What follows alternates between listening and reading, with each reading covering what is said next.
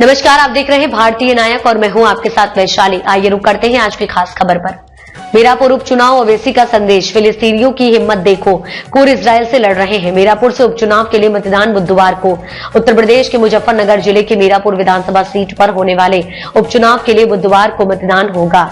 चुनाव प्रचार के आखिरी दिन सोमवार को ऑल इंडिया मजलिसे इत्तेहादुल मुस्लिमीन प्रमुख असदुद्दीन ओवैसी ने जनसभा को संबोधित करते हुए मुसलमानों को संगठित करने का प्रयास किया। इस दौरान उन्होंने फिलिस्तीन और गाजा का उदाहरण देते हुए कुर इजराइल के खिलाफ फिलिस्तीनियों की बहादुरी का उल्लेख किया। ओवैसी ने अपने भाषण में केवल अंतर्राष्ट्रीय मुद्दों को ही नहीं उठाया, बल्कि क्षेत्रीय समस्याओं जैसे सड़क, बिजली, चीनी मिलों के कार्यक्षमता, अस्पतालों और लड़कियों के लिए डिग्री कॉलेज की कमी जैसे मुद्दों पर भी चर्चा की। उम्मीदवारों की स्थिति। मीरापुर विधानसभा सीट पर एआईएमआईएम ने अरशद राणा को उम्मीदवार बनाया है। इसके अलावा इस सीट से कई अन्य पार्टियां मैदान में हैं। आजाद समाज पार्टी से जाहिद हुसैन, बहुजन समाज पार्टी से शहनाजार, समाजवादी पार्टी से सुम्बुल राणा, लोकदल से एनडीए उम्मीदवार मिथिलेश पाल। ओवैसी का संदेश, लड़ाई में हिम्मत से डटे रहो। जनसभा में असदुद्दीन ओवैसी ने कहा, हमने यूपी की जमीन पर कई सालों से काम किया है। हम चुनाव लड़ते हैं, हारते और जीतते भी हैं, लेकिन चुनाव परिणाम से हमारी हिम्मत टूटती नहीं। हमारा हौसला कल भी बुलंद था और आगे भी रहेगा, लेकिन फैसला आपको करना है। उन्होंने जनता को संबोधित करते हुए कहा कि लोकतंत्र में जब लड़ाई लड़नी हो तो पूरी हिम्मत के साथ लड़नी चाहिए।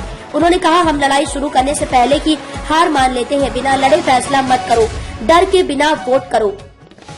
अगर लोकतंत्र में लड़ाई करनी है तो मजबूती से लड़ो। फिलिस्तीन का उदाहरण लो, फिलिस्तीनियों की हिम्मत का उदाहरण। ओवैसी ने फिलिस्तीन का जिक्र करते हुए कहा कि पिछले 70 वर्षों से फिलिस्तीन के लोग गाजा में लड़ाई लड़ रहे हैं। उन्होंने कहा, वे मर रहे हैं। अब तक 40,000 लोग मारे गए हैं, 12 लाख लोग बेघर हो गए हैं, लेकिन उनकी हिम्मत देखो, वे डरते नहीं है, वे लड़ रहे हैं क्योंकि इजराइल एक क्रूर देश है जो गाजा में अत्याचार कर रहा है, लेकिन फिलिस्तीनी अपनी जमीन के लिए लड़ाई लड़ रहे हैं। वक्फ बिल का मुद्दा उठाया। ओवैसी ने वक्फ बिल को लेकर भी अपनी बात रखी। उन्होंने कहा कि संसद में वक्फ बिल पेश किया गया है, जिसमें यह प्रावधान है कि कलेक्टर यह तय करेगा कि मस्जिद, मदरसा, कब्रिस्तान वक्फ की संपत्ति है या नहीं। उन्होंने अल्पसंख्यकों को सचेत करते हुए कहा कि केवल भाजपा को हराने के लिए अपनी पहचान को कमजोर नहीं करें। ओवैसी ने कहा, हमें भाजपा को रोकना है, लेकिन क्या इसे रोकने के लिए हम अपनी ही तबाही की ओर बढ़ेंगे? अगर ऐसा हुआ तो हमारी आवाज कहाँ जाएगी? स्थानीय मुद्दों पर ध्यान। ओवैसी ने अपने भाषण में क्षेत्रीय मुद्दों पर भी जोर दिया।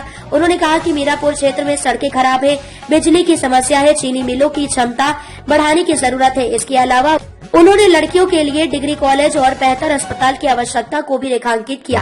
यह देखना दिलचस्प होगा कि ओवैसी का यह भाषण और एआईएमआईएम का क्षेत्रीय मुद्दों पर फोकस वोटरों को कितना प्रभावित करता है। चुनावी नतीजे तय करेंगे कि उनका यह प्रयास कितना सफल रहा। अब तक के लिए इतना ही। वीडियो को लाइक और शेयर करें और चैनल को सब्सक्राइब करें।